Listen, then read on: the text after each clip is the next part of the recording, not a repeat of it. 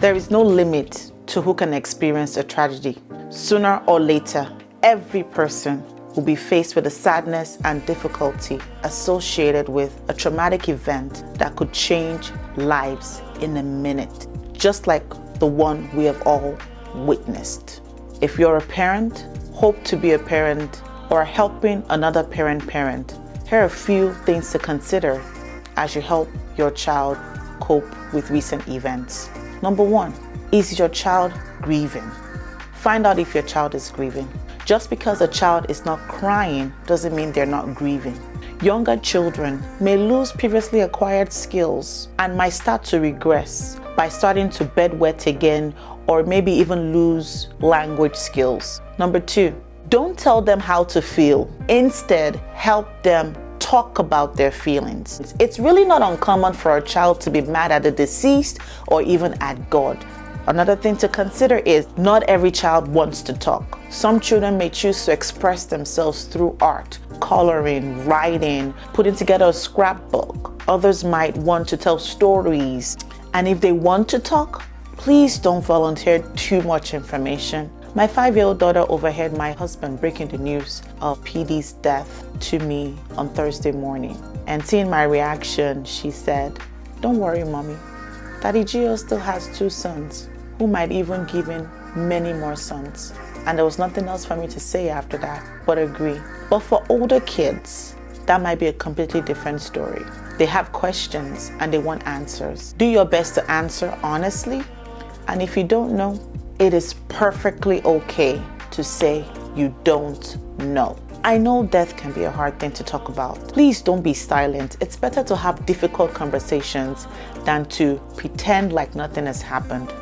If you choose to pretend, the child might miss out on an opportunity to learn healthy coping skills from you. Something that is very critical for them to develop as they go through life. If you need help, pray. You might choose to read a book about death, and that could be a great conversation starter. And when the conversation has started, please be direct with the kids.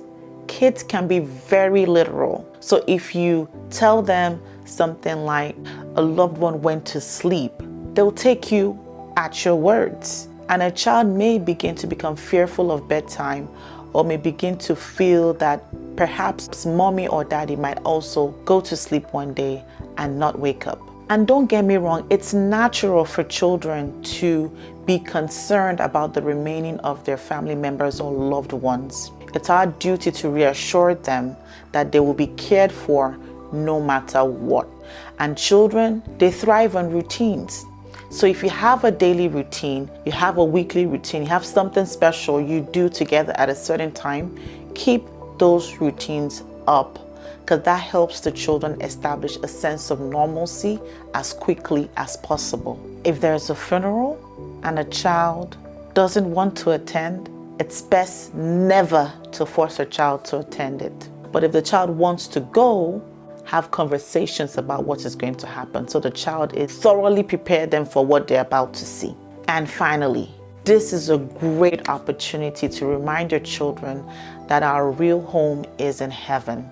And heaven is a wonderful place, free of pain, free of death, free of worry, free of tears. And it's some place that we're all looking forward to one day. That's it for today's episode on Suspendisse. Now, if you go through these steps and you feel like you or your child are struggling, please reach out for professional help. Our deepest condolences go out to the entire Adeboye dynasty. May God strengthen you from within and comfort you on every side. My name is Ifeoluwa. Let's do the work of parenting together.